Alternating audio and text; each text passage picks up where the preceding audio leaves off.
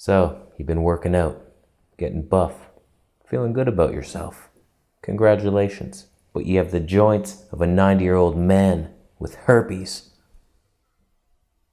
Why the herpes? It's unnecessary. So in today's video, I'm going to teach you how I am building the body of a thunderhawk with the joints of a lightning squirrel. For the animals.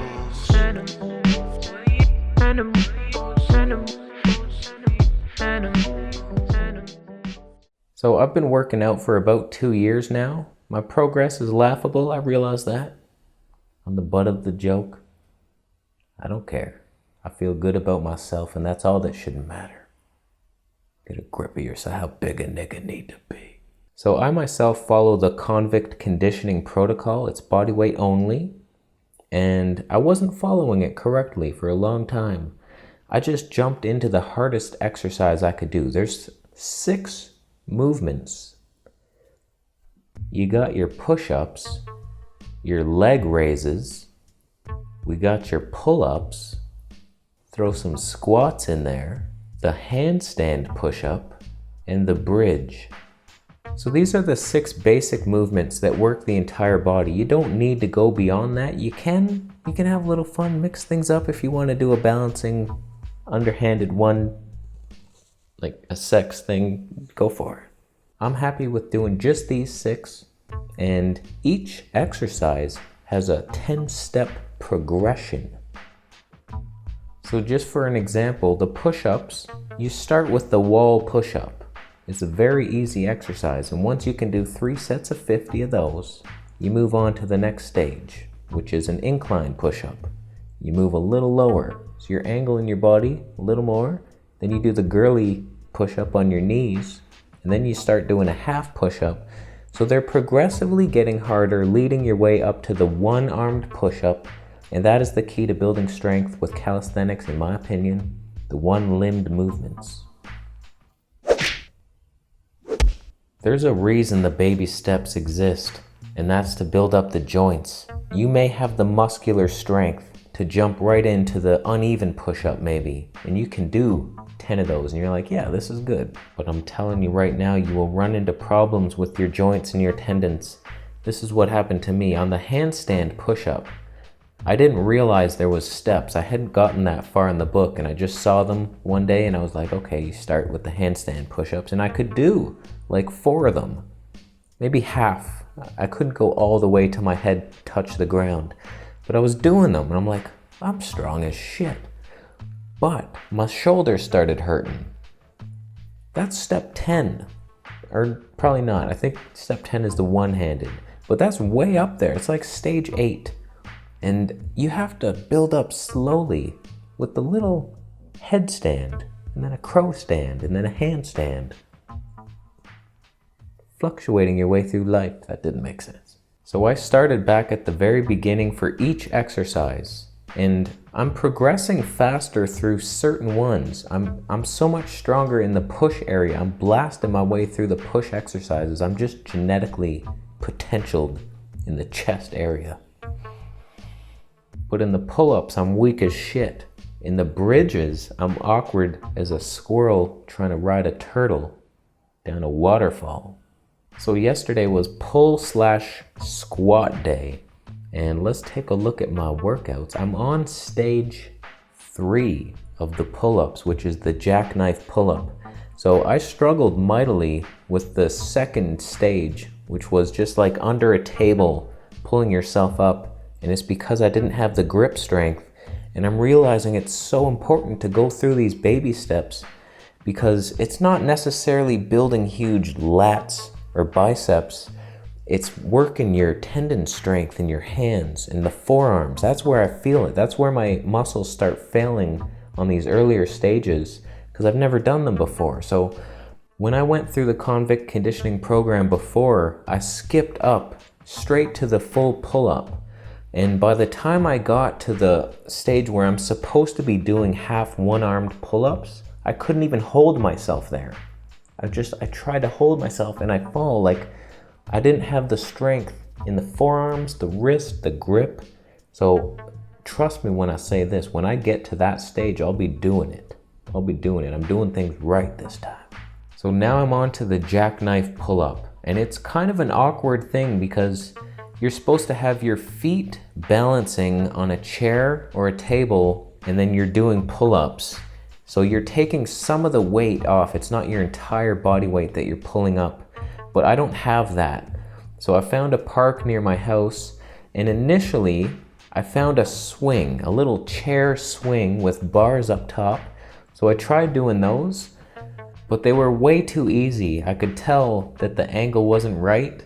So I got the 20 reps so easily. It felt like I was standing. Like, look at the end of my rep, like I'm basically just standing up.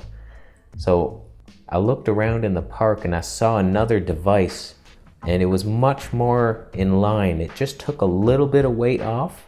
So the first day I tried this, I got 20 on the easy swing, and then I moved over and I got 14 and 13 reps. So the goal is 3 sets of 20. Next workout, I started at the harder swing right away, and I was able to get 20 the first set, but then I slowed down to 17 and 15 for the next one. So I got stronger from the last workout, but I'm not quite there yet. I'm guessing 2 more workouts it's gonna be till I beat that one. And same thing with the last stage. I'm feeling it in my forearms more. That's where I'm starting to fail and feel the fatigue. It's not the biceps, it's not the back, it's the forearms and the grip. So he's slowly building you up for that one-armed pull-up of the gods. So that's stage 3 of the pull-ups. I'm already on stage 9 of the squats. Just because my legs are so much stronger. I was already at the master step. I can do the full pistol squat, but I started from the baby steps and worked my way up. So now is the assisted one-leg squat, where you basically get down into a full pistol squat, but then you help yourself up at the very bottom. That's the hardest part of the whole movement, is getting yourself up from the full squat. So these are awkward as shit. I ain't even gonna lie to you. And I got 13 and 7, but I realized as I'm going down, I'm kind of falling at the end. That you shouldn't even attempt a rep if you can't get down. You have to lower yourself under control, and once you're balanced there at the bottom, only then should you grab something and push yourself back up. So that's where I failed on this. So my 13 and 7 are kind of pushing it a little bit. It wasn't a true 13 and 7, that's for damn sure, we all know that.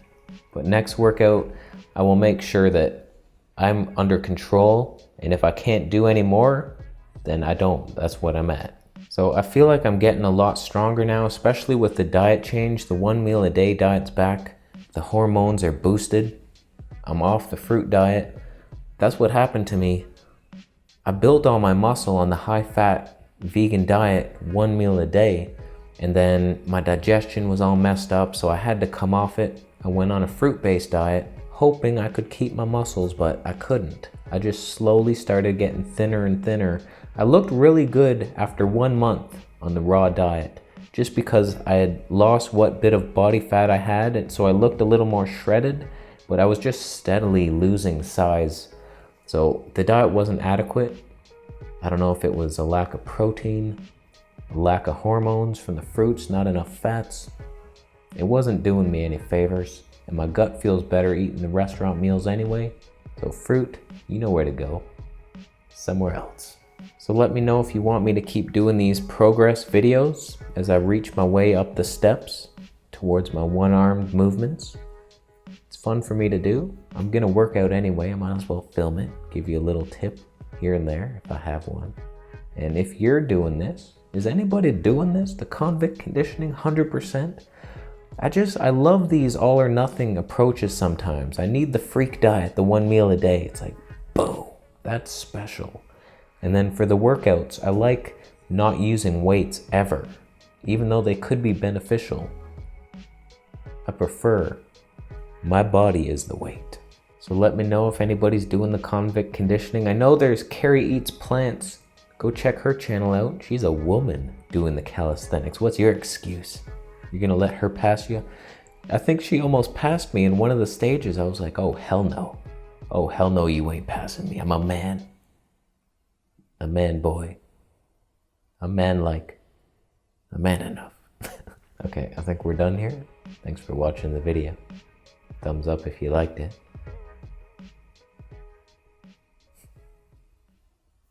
Thumbs down if you eat sloths. You're on the sloth diet because they're slow and they can't get away from you.